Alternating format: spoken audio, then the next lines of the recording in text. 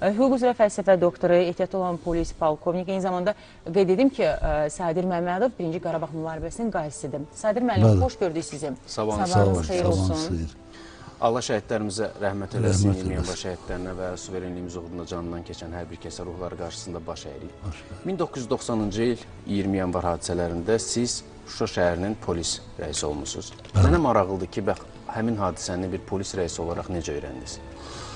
Bilirsiniz, bu bütün ki, nə qədər 20-ci əsrdə Azərbaycan xalqının başına gələn fəlakətlər, faciələr hamısı ermənilərlə bağlıdır.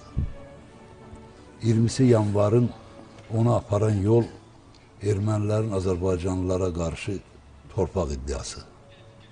Hələ bilirsiniz ki, hələ o 1957, 48-53, 18-20-ci illər və nəhayət 1988-ci ildə 11 fevralda onlar Miyatsum şüarı altında Dağlıq Qarabağın Ermənistana birləşməsi üçün Qarabağda fəaliyyət göstərən kurum təşkilatı var idi ki, hansı ki bizim əhalimizi çox hiddətləndirirdi. Çünki onlar əsassız olaraq Dağlıq Qarabağın Ermənistana birləşməsini tələb edirdi.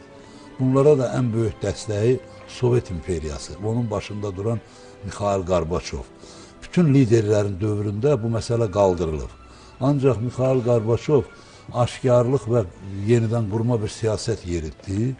Bunu yeritdiyi halda bundan istifadə edən ermənilər mitinqlərə çıxaraq birbaşa demək olar ki, 1988-ci ildə tələb elədilər ki, biz Ermənistanın tərkibində olmalıyıq və yaxud da Rusiyanın tərkibinə keçməliyik.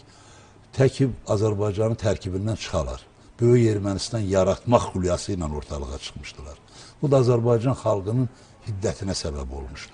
Ona görə də birinci mitinq, birinci ehtiraz Ağdamla başladı. 22 fevral 1988-ci ildə o vaxtlar Həsənov da gəlmişdi Ağdama, Kamran rəhmətlik Mamedov gəlmişdi ora.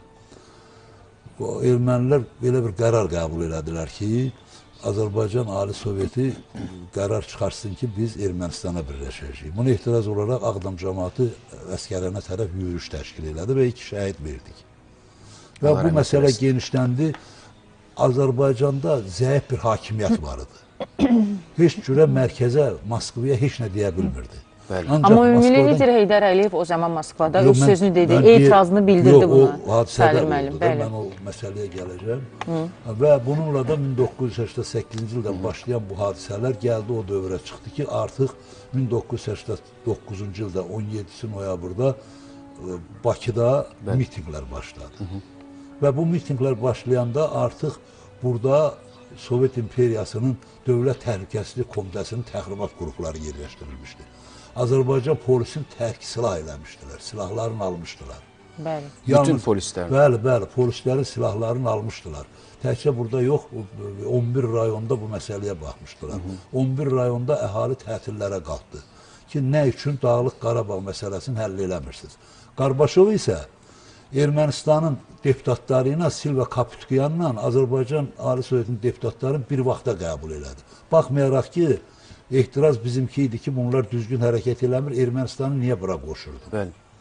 Hələ 1987-ci ildə Ümummilli lider Heydər Əliyev 21 oktyabrda Sovet İttifaqı Komünist Partiyası Mərkəzi Komitənin bürosu, siyasi bürosundan və Nazirlər Sovetinin 1-ci müavinliyi vəzifəsindən istifa verdikdən sonra 7 gündən sonra Yerevanda bir miting başladı ki, artıq biz Dağlıq Qarabağı Ermənistana birləşdirəcəyik. Yəni ki, Azərbaycanlıların orada heç bir dayağı qalmadı. Və bu məsələ şişdi və Ağambekyan deyilən bir iqtisadi məsələlər üzrə köməkçisi Fransada konferansda çıxış edərkən demişdi ki, Dağlıq Qarabağ Ermənistana birləşdiriləcək, artıq buna Moskva razıdır. Humanite qəzetində də bir məqaləsi çıxdı. Və bu çıxdı artıq 1990-cı ilə. 90-cı ildə bura kimlər gəlmiş? SSR Müdafiə Naziri Yazov, Daxili İşlər Naziri Bakatin, Sovet İttifaqı Komünist Partiyası Mərkəzi Komitənin katibi Grenko və eyni zamanda Dövlət Təhlükəsizlik Komitəsinin nümayəndələri, hansı ki, bunlar bu təxribata hazırlaşırdılar. Və əhali buna narazı olaraq 17-sində geniş bir miting keçirməyə başladılar. Əsasən mitinglər haralarda oldu? Lənkəranda, Neftçalada, Cəllabadda, Bərdədə, Ağdamda, Bakıda. Paytaxt Bakıda. Bəli, bəli. Bax, bütün bunlar hamısı gətirdi məsələni o vəziyyətə. Bundan istifadə edən Qarbaçov göstəriş verdi və Azərbaycan Respublikası Konstitusiyasının 171-ci maddəsinin və SSR Konstitusiyasının 71-ci maddələrinin tələblərini yobuz surətdə pozaraq Bakıda komendant saatı tətbiq olundu. Əhalinin xəbəri olmadı. Sadir müəllim, üzrsə, amma bu komendant saatı elan olunduqdan sonra belə bu hadisələr davam edirdi və komendant saatından əvvəl artıq onlarca insan qətlə yetirilmişdi. Yox, 82 nəfər qətlə yetirilmişdilər. 82 nəfər. Lənkəranda yetirmişdilər, 26 nəfər. Yəni demək olar ki, 100-ə yaxın bizim insanlardan qətilə yetirilmişlər. Bu komendant saatı elan olunmamışdan əvvəl idi. Bir nüansa toxundunuz ki, cənab polkovnik, komendant saatı elan olunub, amma Azərbaycan vətəndaşlarının xəbəri yoxdur. Verilməyib, elan olunmamış. Nə qəzetdə, nə jurnalda, nə radioda, televiziyada məlumat verilməyib ki, ölkədə komendant saatı. Televiziyada enerji bloku partlatıldı. Bunlar da konstitusiyalara ziddidir. Mən dediyim maddələrə, yəni 71-ci və 119-cu maddəyə zidd hərəkətləridir. Bunu elan eləməliydi, əhali bunu bilməliydi. Ümumi lider də demişdi. Bunun yayılmaması üçün, bax, burada həmin bu studiyanın enerji bloku dağıdıldı. Nəşriyyat bağlandı. Yəni ki, bu məlumat yayılmasın. Və nəhayət 19 yanvar gecə, baxmayaraq ki, əhali, o vaxtlar Azərbaycan Xalq Cəbhəsi Milli Azadlıq Hərəkatı güclənmişdi. Götürdülər, barikadalar qurdular. Avtobuslar, tramvaylar, trolleybuslar ki, tankın qabağını ala. 26 min hərbiçi var idi burada. Orada sonra məlum oldu ki, Rostovdan gələn saqqallı ermənilər olub. Qırğını törədənlər. Qırğında hərbiçilər, bəli. Sovet İmperiyasının hərbiçiləri. Çünki həmin hadisənin şahidləri də üzbəsurət həmin qırğını törədənləri görənlər deyir ki, əksər güllə atan insanların saqqalları var idi. Özdə xüsusi psixotrop maddənin təsirində olublar. İndi o psixotropun ekspertiza ancaq belə idi ki, onlar artıq heç bir ölçü bilmirdilər. İşıq gəlirdi, eyvanlara güllə atırdılar, xəstəxanaya atırdılar, təcili yardım maşınına güllə atırdılar. 133 nəfər qətlə yetirdilər. 800 neçə nəfəri həbs elədilər. Bizdə 100-ə yaxın texnika, avtobus, trolleybus, avtomobil hamısı məhv oldu. Bütün bax bunların hamısının günahı Mikhail Qarbaçov'da idi. Qarbaçov artıq ermənilərə söz vermişdi. Çünki Dağlıq Qarabağda da gedən proseslərdə onun xətti var idi. Və bunu görən ümummilli lider ilk olaraq Moskvada nümayəndəliyə gələrək özünün Komünist Partiyası biletini ataraq ehtirazını bildirdi və bu hadisələrə nə hüquqi, nə siyasi qiymət verilmədi. Fikir verirsiniz? Verilmədi və eyni zamanda burada o hüquqi və siyasi qiymətdən başqa qaldırılmış cinayət işlərinə xitam verildi. Güya kütləvi ixtişaşdır. Bu da gənə antikonstitusyon bir fəaliyyət idi. Bu hamısı Sovet İmperiyasının həyata keçirdiyi tədbirlər idi. Sadir müəllim, bəli, biz davam edəcəyik müzakirəmizə, amma qısa bir fasilə ayrılıq, ardınca davam edərik. Sabahınız xeyir olsun.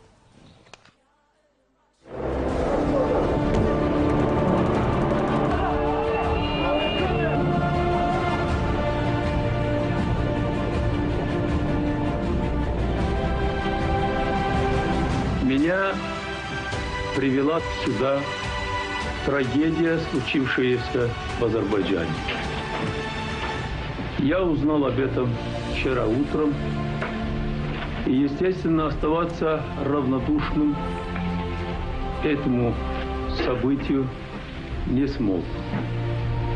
Пришел сюда прежде всего для того, чтобы здесь, в постпредстве, который является небольшим куском азербайджанской земли в Москве, выразить свое соболезнование всему азербайджанскому народу в связи со случившейся трагедией, большими жертвами.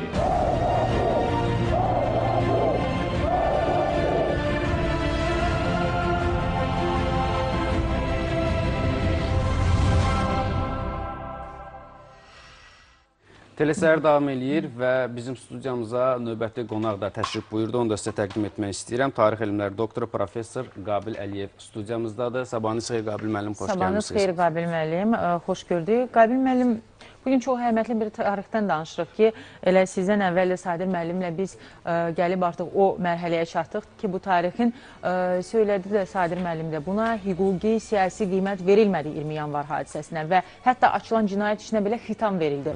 Nəyə görə bu hadisə baş verdi Qabil müəllim? Sizcə səbəblər nələr idi? Birincisi 20 yanvar hadisəsini törətməklə Sovet rəhbərliyi Azərbaycana və Azərbaycanın simasında da SSR-dən ayrılmaq istəyən bütün respublikalara, o təşkilatlara gözdağı vermək istəyirdi və verdi də. Azərbaycanda çox vəhşicəsinə insanlarımız tankın altında qaldı, bəli, qətlə yetirildi.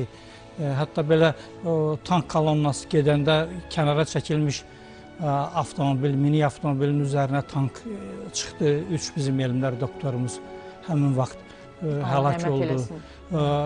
Mini avtomobilin üzərinə ateş açanda içərisindən qaçıb çıxan uşağa arxadan güllə atıldı. Yəni bunlar hamısı bəli, çox faciəli hadisələr idi.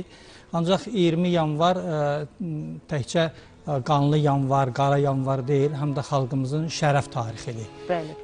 Həmin gün Azərbaycan xalqı həm Azərbaycan rəhbərliyinin, daha çox da Moskvanın Azərbaycanla bağlı yeritdiyi siyasətə etiraz edərək küçələrə çıxmışdı, həmin barikadalarda durmuşdu. Çünki Dağlıq Qarabağda separatçılar əl-qol açır, saqqallılar oradakı Azərbaycanlılara qarşı zorakılıqlar törədir.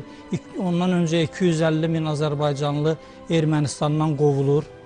Bunlara mərkəz heç nə demir. Özdə belə necə qovulur? Bütün əmlak əlindən alınaraq, söylərək, təhqir edilərək, qətlə yetirilərək. Mərkəz bunları etməli idi. Və həmin vaxtda Azərbaycan buna etiraz edirdi ki, Azərbaycana Bakıda nə var ki, Bakıya qoşun yeridilir. Və mərkəz də bilərəkdən Bakıya qoşun yeridirdi ki, niyə məhz Bakıya? Bu zaman Sovet İttifaqında ən çox mərkəzə qarşı çıxış edən xalq hərəkatı Azərbaycanda idi. Heç kəsin, belə deyək də, təbliğatı olmadan, o zaman hələ nə xalq cəbhəsi formalaşırdı, mən 88-ci ildən danışıram, ki, yüz minlərlə, milyonlarla insan küçəyə çıxırdı. Azadlıq meydanında hayqırırdı ki, torpaqdan pay olmaz. Qarabağ Azərbaycan ərazisidir. Ermənistandan qovulanlara, tarixi Azərbaycan torpağında 1000 illər yaşamış insanların qovulmasına mərkəz öz təsirli tədbirini görsün. Bunları görmədiyinə görə xalq etirazı, kütləvi xalq çıxışları baş verdi və o zaman Sovet rəhbərliyində olan Mikhail Qarbaçov və onun komandası da əslində ermənipərəst siyasət yeritməklə, Dağlıq Qarabağı addım-addım Ermənistana verməklə öz məkirli siyasətini yeridirdi ki, bu da Azərbaycanda hiddətin artmasına səbəb olurdu. Həmin dövrdə Sovet İttifaqının digər yerlərində, elə həmin Gürcüstanda, Ermənistanda da Sovet rəhbərliyinə qarşı çıxışlar olurdu. Siz bilirsiniz, Tbilisidə bizdən öncə 1989-cu il aprelin 9-unda Sovet ordu hissələri dinç nümayişçilərin üzərinə getmişdi. Düzdür, o zaman buna çox kəskin etirazlar oldu. Həm dünya miqyasında, həm də Sovet rəhbərliyin daxilində o zaman Şevarnadze SSR-nin Xarici İşlər Naziri vəzifəsini istifa etdi falan. Biz əslində həm də ona arxayındıq ki, bu Gürcüstanda dinc insanların öldürülməsinə ki, belə kəskin etiraz var. Azərbaycanda bu olmaz. Ancaq Azərbaycan bir müsəlman Türk Respublikasıdır və burada törədiləcək qırğına dünya heç nə deməyəcək ki, demədi də. Həmin vaxt Amerikanın o zamanki prezidenti Bush deyirdi ki, o SSR-də edilənlər, Bakıda edilənlər qanuna uyğundur. Yəni biz elə o zamanda ikili standartdan əziyyət çəkirik. O zaman da indi də çəkirik. Cənab polkovnik, mən bayaq sizə sual vermişdim, amma tam cavab ala bilmədim. İstərdim bir daha ətraflı deyəsiniz. Siz həmin dövrlərə 90-cı ildə Şuşa polis idarəsinin rəisiydiniz və özünüz qeyd etdiniz ki, enerji bloku partladıldı, televiziya, radio işləmədi, nəşriyyat bağlandı. Bax, Bakıdan kilometrlərlə uzaq olan bir Şuşa şəhərinə xəbər necə gəldi çatdı? Siz onda hansı reaksiyanı verdiniz? Necə dedilər ki, çünki xəbərsiz idiniz yəqin ki, Bakıda törədilən qırğından. Mən dərhal demək olar ki, məndə mütəmadi əlaqə var idi, telefon əlaqəsi. Bakı Daxili İşlər Nazirliyinin növbəti hissəsindən mən məlumat aldım. Dərhal əhali çıxdı, orada bazar meydanı deyilən bir yer var, bazarbaşı ora, Şuşa. Və öz ehtiras səsini. Əsas məqsəd burada bilirsiniz nə idi bu 20 yanvarın? Dağlıq Qarabağ problemindən əhalinin yayındırmaq. Bildiniz? Qarbaçovun dəstəyi ilə Dağlıq Qarabağ problemindən fikir verir. Burada ehtiraz gəlir ki, biz torpaq birləşmək istəyirik Ermənistana. Bizimkilər hansı qərarı qəbul edir? Gevorkovu çıxardır, Henrik Pagançyan deyilən bir daşnaq kurum təşkilatının başçısı, Aqropromun sədrini qoyur Vilayət Partiya Komitəsinin birinci katibi. Qarabağda. Bəli, və orada bütün rayonlardan polis orqanları gəlmişdir o mitingləri sakitləşdirməyə. Dedi, siz bunları götürün, mən vəziyyəti düzəldəcəm. O polis işçiləri ki, oradan çıxarılmadı, bizim Azərbaycanın rayonlarının polis. Ondan sonraki ermənilər başlamadı. Yerevandan, Qafandan, nə bilim, Gorustan, avtobuslarla və Qarbaçovun göstərişi oldu ki, yuxarıdan gələn göstərişidir ki, mitinqə gələnləri sapravajda, yəni müşayiət edin, təhlükəsizliyini təmin edin, aşkarlıqdır. Nə üçün Azərbaycan deputatları ilə Ermənistan deputatların birlikdə qəbul edirdi Qarbaçov? Hansı ki, bizim deputatları ayrıca qəbul eləməli idi. Problemi çözməli idi. Götürdü 400 min rubl pul ayırdı ki, sosial-iqtisadi məsələ, bax, belə yayındıra gətirdilər, bu vəziyyətə çıxartdılar. Çox şükür ki, bugün artıq qələbə bizimlədir. Şükür. Qarabağ azad olunubdur. Mən ümid varam ki, bu yaxın gələcəkdə onlar hamısı burada köçüb qayıdan ermənilər bizim vətəndaşlar olacaq, bizim şəxsiyyət vəsiqəsi ilə yaşayacaq, bizim kommunikasiya ilə yaşayacaq, enerji ilə təmin eləyəcəyik, qazla. Kim istərsə bizim vətəndaş olub yaşaya bilər. Bir əhali kimi, hay kimi. Yoxsa dövlət olsun, ikinci dövlət yaratmaq bu qeyrim. Məsələn, o Balasanyan var, o bilirsiniz kimdir? Vitali Balasanyan. O futbolist olub, o Xocalıda həlak olan bizim insanların, meyitlərin pulla bizə dəyişəndir. Bəli, Sadim bəy, amma siz də elə az əvvəl də doğru söylədiniz ki, Ulu Öndərin layiqli davamçısı Prezident İlham Əliyevin rəhbərliyi ilə Azərbaycan Müzəffər Ordusu torpaqlarımızı, Qarabağımızı erməni işğalından azad etdi və bizim ordumuzun bu düşmən üzərində qazandığı o parlaq qələbə eyni zamanda Qabil müəllim o 20 yanvar qurbanlarının da hardasa intiqamı alındı beləliklə. Bəli. Razısınız. Əslində 20 yanvar elə bizim azadlıq uğrunda, torpaqlarımız uğrunda mübarizəmizin ilk şanlı səhifəsidir. Və 20 yanvar bizim ağlamağımız, sızlamağımız üçün yox, o qəhrəmanlarla, o şəhidlərlə qürur duymağımız mənbəyidir. Bu bizim zəfər tariximizin başlanğıcıdır və əliyalın Azərbaycan gənci öz vətəni üçün, xalqının azadlığı üçün, haqqının tapdalanmasına qarşı etiraz olaraq o tankların, BTR-lərin qarşısına çıxmışdı. Və həmin nəslin davamçıları da 44 günlük zəfər yürüyüşündə canından, qanından keçərək torpaqlarımızı azad elədi. 20 yanvarda başlamış bizim zəfər tariximiz 44 günlük zəfərlə çox böyük parlaq qələbə ilə yekunlaşdı və bu da həm 90-cı illərdə Azərbaycan rəhbərliyinə yenidən qayıtmış liderimizin böyük siyasətinin nəticəsi idi. Elə o zaman 20 yanvar hadisələrinə hüquqi siyasi qiymət verilməsi üçün çox böyük işlər görüldü. O, həmin dövrdə Azərbaycana qoşun yeritmiş, Sovet rəhbərliyinə qarşı cinayət işləri başlandı, xalq düşmənini tanıdı və sonraki dövrdə də ancaq güclü dövlət, güclü ordu sayəsində biz problemlərimizi həll edərik. Və artıq bütün dünyaya bizim ordumuzun gücü də bəllidir, bizim dövlətimizin ordu quruculuğu və ordu siyasəti də bəllidir və 44 gün ərzində biz nəinki Ermənistana və erməni ordusuna bütün dünyaya sübut etdik ki, Azərbaycan ordusu nəyə qadirdir, Azərbaycanda necə ixtisaslaşmış peşəkar əskər və zabitlər və onlar 5-ci nəsil müasir silahlardan necə gözəl istifadə edib, həmin silahlarla davranmağı bacarırlar. Və ən əsası, bəli, bizi əzəli torpaqlarımıza qovuşdururlar, 30 illik həsrətə son qoydular. Erməniliyi məhv elədik. Bəli. Biz hər birinizə dərin təşəkkürümüzü Çox bilirik. sağ olun, Çox sağ olun gəldiniz. ki, bu tarixə ekskursiya etməyimizdə bizə kömək oldunuz. Uğurlar arzu edirik sizə. Bir də Səidə xanım, üzr istəyirəm, bu Sumqayıtda da Buyurun, təxribat törətdi Sovet İmperiyasının Dövlət Təhlükəsizlik Komitəsi. Bəli, bəli. Yəni ki, bütün bunlar hamısı ermənilərlə bağlı olan, Ermənistanla bağlı olan. Amma Mərkəzi ordumuz məkirli onlara göz siyasət dağı Bəli, verdi. Sumqayıt təxribatı bax o idi.